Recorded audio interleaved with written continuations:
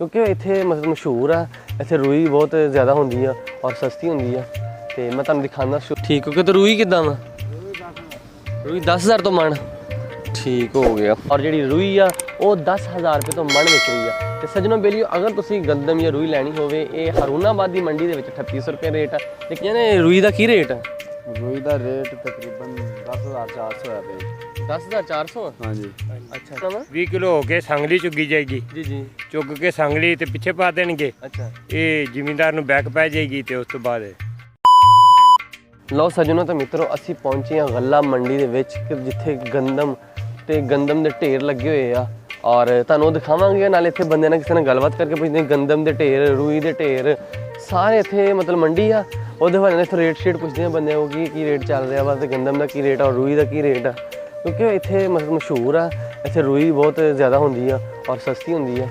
ਤੇ ਮੈਂ ਤੁਹਾਨੂੰ ਦਿਖਾਉਣਾ ਸ਼ੁਰੂ ਦੂਸਰਾ ਕੈਮਰਾ ਕਰਕੇ ਦਿਖਾਉਣਾ ਮੈਂ ਤੁਹਾਨੂੰ ਕਿਹੜੀ ਕਿਹੜੀ ਹੈ ਇੱਥੇ। ਉਹ ਸੱਜਣੋ ਤੇ ਬੇਲੀਓ ਅਸੀਂ ਪਹੁੰਚੇ ਅੱਜ ਹਰੂਨਾਬਾਦ ਦੀ ਗੱਲਾ ਮੰਡੀ ਜਿਹੜੀ ਕਿ ਮਸ਼ਹੂਰ ਬਹੁਤ ਆ ਕਪਾਸ ਦੀ ਵਜ੍ਹਾ ਤੋਂ।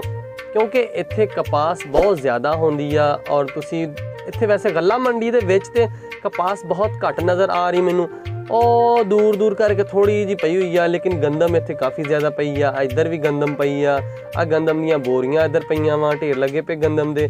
लेकिन जिहड़े हरूनाबाद दे विच कपास सब तो मशहूर और बहुत अच्छी कपास हुंदी आ। क्योंकि पूरे पाकिस्तान दे विच बल्कि पाकिस्तान दे नहीं पूरी दुनिया दे विच एक कपास हरूनाबाद तो समगलिंग होंदी आ, मतलब जांदी आ अगे पिछे हर शहर दे विच जांदी आ, दूसरे शहरों दे विच जांदी आ। और लोग इत्थों कपास बड़े ही अच्छे और अच्छे रेट नाल खरीदते हैं। और देखो जी कपास दे वो भी ढेर लगे हुए क्योंकि कपास इत्थे हर मौसम दे विच होंदी आ, घट नहीं होंदी। इत्थे गंदम भी काफ़ी ज़्यादा होंदी लेकिन कपास इत्थे बहुत अच्छी और एक नंबर की कपास होंदी आ। लोग इत्थों कपास लैके जाते हैं अपने फैक्ट्रियां वाले, मतलब घरां दे विच भी इस्तेमाल होंदी आ। कपास की वजह तो कपड़ा बनता वा और घरां दे विच जिहड़े कि असी अपने घर दे जिहड़े बिस्तरे बनाने आ, अपने विआहां शादियां वास्ते बिस्तरे बनाने आ, उन्हां वास्ते जिहड़ी कपास इस्तेमाल होंदी आ वो ये कपास है। क्योंकि असी बिस्तरियां दे विच पांदे ये बहुत सस्ती होंदी आ। बंदे नाल गलबात करदे आ ठीक क्योंकि तो रूई किदां वा रूई 10,000 तो मन ठीक हो गया। ये लो सज्जनों बेलियो तुसीं सुनिया कि रूई 10,000 रुपये मन वा और रूई दा काफ़ी अच्छी क्वालिटी दी रूई होंदी आ। क्योंकि इत्थे मंडी आ, मंडी दे विच तुहानूं पता कि हर एक चीज़ बहुत अच्छी मिलदी आ। तुसीं देखो कि यार दूजी वड्डी गल एक मंडी दे विच बहुत ही डिसिपलिन आ, मतलब कि गंदगी तो थोड़ी बहुती है वा लेकिन इत्थे मतलब लोगों इतमाद एक दूसरे से बहुत ज़्यादा वा। इत्थे किसी ने कोई डर नहीं कि साड़ी कोई चीज़ चुकी जाएगी। तुसीं देखो कि गंदम इधर ढेर लगे पे आ, उधर भी ढेर लगे पे आ और गंदम दियाँ बोरियां इत्थे पईयां वा। लेकिन कपास इत्थे थोड़ी थोड़ी आ वो उत्थे अगे जाके इधर वाली साइड ते इधर जिन्ना उत्ते कपड़े चाड़े ये भी कपास ही है वा। तो बाकी सज्जनों बेलियो आ देखो कपास के लागे लागे असीं घूमते फिरते हैं तो असीं कपास वालियां दे कोल भी जावांगे और उत्थों असीं जाके जिहड़े बंदे उन्हां नाल गलबात भी करांगे तो कपास की इत्थे की क्वालिटी आ और किद्दां साफ होंदी आ। बाकी ए देखो जी ए कणक दियां बोरियां इत्थे ढेर लगे पे आ। यार सज्जनों बेलियो इत्थे जिहड़ियां देखो आ बोरियां इत्थे पईयां वा और ये इत्थे ही पईयां रहिंदियां वा। क्योंकि इन्हां ना किसी ने चुक के दुकान के अंदर रखना वा और ना ही कोई इन्हां दी कोई मतलब कि इन्हां वास्ते सिक्योरिटी वास्ते कोई गार्ड रखना वा। किसी किस्म का कोई पाबंदी नहीं होंदी। इत्थे हर एक चीज़ हर दुकानदारी दी बाहर ही पई होंदी आ। कोई किसी की कोई शै नहीं चुक सकता, किसी नूं हर एक ते इतमाद आ कि कोई भी किसी की कोई चीज़ नूं हत्थ नहीं लांदा। बाकी सज्जनों बेलियो अगे जाने अगे जाके तुहानूं दिखाने आ कि वो देखो रूई और बंदे रूई दे विच काम कर रहे आ। कपास जिहड़ी हरूनाबाद की मशहूर और सब तो ज़्यादा अच्छी क्वालिटी की कपास होंदी है। उन्हां को जाने बंदियां नाल गलबात करके पुछदे आ कि ये कपास नूं की कर रहे आ और ये किद्दां साफ करदे आ, की तरीकाकार हुंदा वा और ये कपास किद्दां बनदी आ, किन्नी सस्ती मिलदी आ कि महंगी मिलदी आ, इत्थों की रेट हुंदा। कपास ते देखो ना किड्डी अच्छी खूबसूरत लग रही है क्योंकि साफ सुथरी है और ताज़ा कपास आ। तुहानूं पता कि इन्हां दियां रजाइयां बहुत अच्छियां बनदियां। देखो ना चुक चुक के उधरों इधर सिट रहे आ, इधरों उधर सिट रहे आ। लेकिन ये करदे की पे आ ये इन्हां को बंदियां नाल गलबात करके पुछदे आ। देखो अच्छा भाईया ने रूई का की रेट है? रूई का रेट तकरीबन 10,400 है भाई। 10,400? हाँ जी। अच्छा अच्छा ये आ साफ करके इदां ही कि मतलब इहदा हले साफ करनी है ये हले साफ होनी? हाँ जी साफ होनी है। साफ हो के तो फिर दा मतलब 10,000 रेट निकलना ठीक है। तो इदां किन्ने दी मिलदी जिद्दां कि विच कचरा वगैरह भी सारा इहदा है?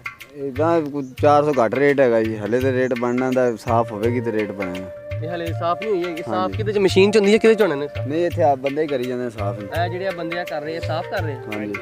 ਇਹ ਕਿਸ ਤਰ੍ਹਾਂ ਸਾਫ਼ ਹੋ ਰਹੀ ਜਿਹੜੇ ਕਿ ਵਿੱਚੋਂ ਆ ਕੀ ਜਿਹੜੇ ਪੱਤੇ ਕਦੋਂ 20 ਕਿਲੋ ਹੋ ਜਾਣਗੇ ਨਾ 20 ਕਿਲੋ ਇਹ ਕੀ ਹੋਣਾ ਵਾ 20 ਕਿਲੋ ਹੋ ਕੇ ਸੰਗਲੀ ਚੁੱਗੀ ਜਾਏਗੀ। ਜੀ ਜੀ ਚੁੱਗ ਕੇ ਸੰਗਲੀ ਤੇ ਪਿੱਛੇ ਪਾ ਦੇਣਗੇ। ਅੱਛਾ ਇਹ ਜ਼ਿਮੀਂਦਾਰ ਨੂੰ ਬੈਕ ਪੈ ਜਾਏਗੀ ਤੇ ਉਸ ਤੋਂ ਬਾਅਦ ਅੱਛਾ ਤੋਲ ਮਤਲਬ ਦੇਣਗੇ। ਜਿਹੜਾ ਵਜ਼ਨ ਹੋਏਗਾ ਖਾਲੀ ਕਰਕੇ ਹਾਂਜੀ ਵਜ਼ਨ ਖਾਲੀ ਕਰਨਾ? ਕਰਕੇ 20 ਕਿਲੋ ਚ ਅੱਛਾ ਅੱਛਾ ਖਾਲੀ ਕਰਕੇ ਤੇ ਉਹ ਪਿੱਛੇ ਪਾ ਦੇਣਗੇ। ਜੀ ਜੀ ਉਹ ਫਿਰ ਉਹਨੂੰ ਪੈਂਦੀ ਜਾਏਗੀ ਤੇ ਸਾਫ਼ ਹੋ ਤੇ ਜਾਏਗੀ। ਮੰਡੀ ਦੇ ਵਿੱਚ ਗੰਦਮ ਦਾ ਕੀ ਰੇਟ ਚੱਲਦਾ ਪਿਆ ਇਹ 3850 3.5 ਰੁਪਏ ਅੱਛਾ ਕਿੱਥੇ 3800 ਵੀ ਹੈ ਤੇ ਕਿਤੇ 3.5 ਨਹੀਂ 3850 ਉੱਤੇ ਹੀ 10 ਉੱਤੇ ਹੀ ਹੋ ਨਹੀਂ ਤੇ ਜਿਹੜੀ ਇੱਥੇ ਵੀ ਗੰਦਮ ਗੰਦੀ ਵੀ ਜਿਹਦੇ ਵਿੱਚ ਮਿੱਟੀ ਵਗੈਰਾ ਬਹੁਤ ਜ਼ਿਆਦਾ ਉਹਦਾ ਕੀ ਰੇਟ ਆ ਸਕਦਾ। ਉਹ ਰੇਟ ਕੋਈ ਘੱਟ ਹੋਣਾ 10-20 ਰੁਪਏ। ਲਓ ਬੇਲੀਓ ਤੁਸੀਂ ਗੱਲਬਾਤ ਸੁਣੀ ਕਿ ਰੂਈ ਨੂੰ ਕਿੱਦਾਂ ਸਾਫ਼ ਕਰਦੇ ਆ ਔਰ ਇਹਦਾ ਕੀ ਤਰੀਕਾਕਾਰ ਆ ਮੰਡੀ ਦੇ ਵਿੱਚ ਲੈਣ ਦਾ ਕੀ ਤਰੀਕਾਕਾਰ ਆ। ਤੇ ਇੱਥੇ ਸਾਡੇ ਨਾਲ ਇੱਕ ਹੋਰ ਮਤਲਬ ਕਿ ਬੰਦੇ ਆ ਰਹੇ ਆ ਦੇਖੋ ਜਿਹੜਾ ਬੰਦਾ ਆ ਰਿਹਾ ਇਹਦੇ ਨਾਲ ਵੀ ਗੱਲਬਾਤ ਕਰਕੇ ਪੁੱਛਦੇ ਆ ਇਹ ਕੀ ਕਹਿੰਦਾ ਰੂਈ ਦੇ ਬਾਰੇ ਹਵਾਲੇ ਨਾਲ। ਰੂਈ ਦਾ ਰੇਟ ਹੈ ਜੀ 8000 9000 8000 9000 ਨਹੀਂ ਇਹ ਸਾਫ਼ ਕਰਕੇ ਜਾਂ ਜਿਹੜੇ ਬਨੌਲੇ ਜੇ ਵਿੱਚ ਹੁੰਦੇ ਉਹ ਵਿੱਚ ਪਾ ਕੇ ਸਾਰੇ ਇਕੱਠਾ ਹੀ। ਸਾਰਾ ਇਕੱਠੇ ਹੀ ਸੱਜਣੋ ਤੁਸੀਂ ਗੱਲ ਤੇ ਸੁਣੀ ਕਿ ਰੂਈ ਦਾ ਰੇਟ 10000 ਰੁਪਏ ਆ ਔਰ ਕਿਤੇ ਘੱਟ ਵੀ ਆ ਇਹ ਮੰਡੀ ਦਾ ਰੇਟ 10000 ਰੁਪਏ ਆ। ਸੱਜਣੋ ਤੇ ਬੇਲੀਓ ਅਗਰ ਤੁਸੀਂ ਰੂਈ ਖਰੀਦਣੀ ਹੋਵੇ ਤੇ ਹਰੂਨਾਬਾਦ ਦੀ ਗੱਲਾ ਮੰਡੀ ਦੇ ਵਿੱਚ ਪਹੁੰਚੋ ਉੱਥੋਂ ਰੂਈ ਖਰੀਦੋ ਔਰ ਬਹੁਤ ਸਸਤੀ ਔਰ ਬਹੁਤ ਅੱਛੀ ਕੁਆਲਿਟੀ। ਜਾਂ ਸੱਜਣੋ ਦੂਜੀ ਗੱਲ ਇਹ ਦੇਖੋ ਕਿ ਇੱਥੇ ਸੀਵਰੇਜ ਦਾ ਬਹੁਤ ਗੰਦਾ ਨਿਜ਼ਾਮ ਆ ਨਾਲ ਗੰਦਮ ਪਈ ਆ ਔਰ ਗਟਰ ਜਿਹੜੇ ਪਾਣੀ ਉਬਾਲਦੇ ਪਏ ਬਾਹਰ ਨਿਕਲਦਾ ਪਿਆ ਪਾਣੀ ਤੇ ਅੱਗੇ ਅੱਗੇ ਜਾਂਦੇ ਪਏ ਆ ਵੇਖਦੇ ਪਏ ਅੱਗੇ ਅੱਗੇ ਹੋਰ ਕਿਹੜੀ ਸ਼ੈ ਕੋਈ ਸਾਨੂੰ ਕੋਈ ਹੋਰ ਸ਼ੈ ਨਜ਼ਰ ਆਂਦੀ ਤੇ ਤੁਹਾਨੂੰ ਅਸੀਂ ਉਹ ਵੀ ਦਿਖਾਣੇ ਆ।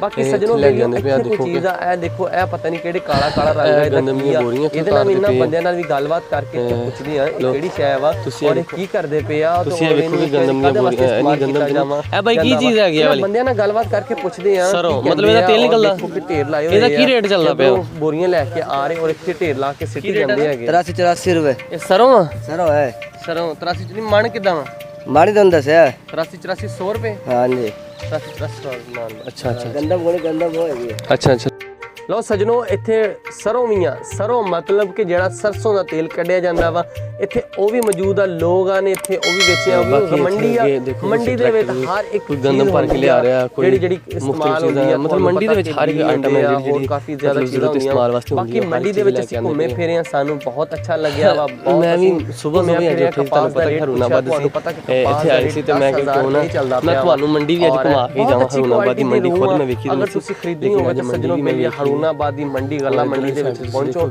ਔਰ ਉੱਥੋਂ ਕਾਫੀ ਜ਼ਿਆਦਾ ਵੱਡੀ ਹੈ ਔਰ ਮੰਡੀ ਦੇ ਵਿੱਚ ਕਾਫੀ ਸ਼ਾਦੀਆਂ ਵਾਸਤੇ ਇਸਤੇਮਾਲ ਕਰਨ ਹਰ ਇੱਕ ਆਈਟਮ ਪਈ ਹੋਈ ਹੈ ਹਰ ਜਿਹੜੀ ਸ਼ੈ ਹੈ ਇਸਤੇਮਾਲ ਵਾਸਤੇ ਜਿਹੜੀ ਸ਼ੈ ਵਾਸਤੇ ਖਰੀਦਣੀ ਆ ਤੇ ਆਓ ਇੱਥੋਂ ਖਰੀਦੋ ਔਰ ਜਿਹੜੀ ਰੂਈ ਆ ਉਹ 10000 ਰੁਪਏ ਤੋਂ ਮਣ ਵਿਕ ਰਹੀ ਆ।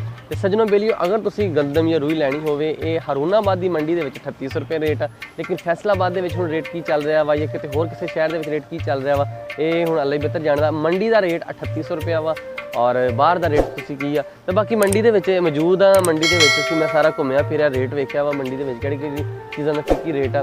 ਤੇ ਸੱਜਣੋ ਬੇਲੀਓ ਤੁਸੀਂ ਵੀ ਅਗਰ ਮੰਡੀ ਦੇ ਵਿੱਚ ਘੁੰਮਣਾ ਫਿਰਨਾ ਹੋਵੇ ਤਾਂ ਲਾਜ਼ਮੀ ਆਓ ਔਰ ਅਗਰ ਖਰੀਦਣੀ ਵੀ ਹੋਵੇ ਗੰਦਮ ਤੇ ਖਰੀਦ ਕੇ ਲੈ ਕੇ ਜਾਓ ਕਿਉਂਕਿ ਇੱਥੇ ਮੰਡੀ ਦੇ ਵਿੱਚ ਕੁਝ ਗੰਦਮ ਸਸਤੀ ਆ।